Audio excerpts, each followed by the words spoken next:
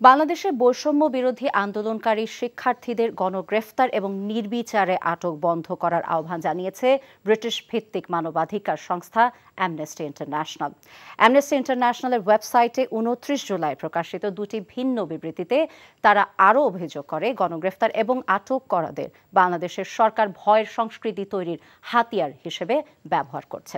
মানবাধিকার সংস্থাটির দক্ষিণ এশিয়া অঞ্চলের পরিচালক স্মৃতি সিং বলেন, সরকারকে চ্যালেঞ্জ করার সাহস রাখে এমন সবার মুখ বন্ধ করার সব ধরনের পদক্ষেপ বাংলাদেশে নেওয়া হয়েছে। বিক্ষোভকারীদের মিথ্যা অভিযোগের শাস্তি দেওয়া হবে বলেও আশঙ্কা জানান স্মৃতি সিং। জানান, রাজধানী ঢাকার নিরস্ত্র 2,13,000 মানুষের বিরুদ্ধে পুলিশ 2 শতাধিক মামলা দায়ের করেছে এবং নির্বিচারে যে কাউকে পুলিশ গ্রেফতার করছে।